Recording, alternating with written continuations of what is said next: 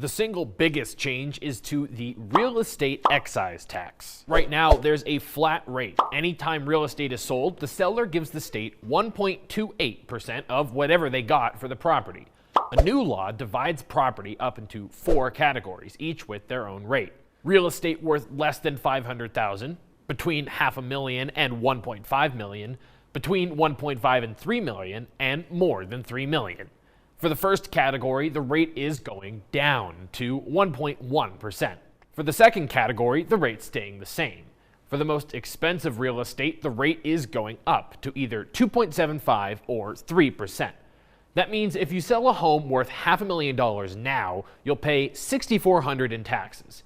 But if you sell it next year, you'd pay $5,500. If you sell a home worth $2 million now, you'll pay about $25,000 in taxes. Next year, you'd pay about $55,000. Another big change, Oregon shoppers will no longer be exempt from Washington sales tax. Right now, Oregonians can simply flash a driver's license and get the tax removed from their purchase in Washington.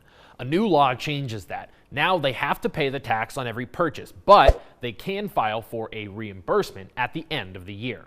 Another change applies to travel agents and touring companies working in Washington. Right now, they've got a special low business tax rate, less than 0.3%. That's going up to 0.9%. Finally, there's a new tax on vaping.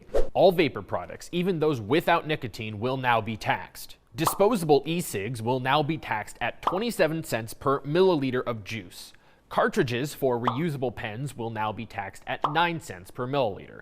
Most e-cigs have about a milliliter or less of juice.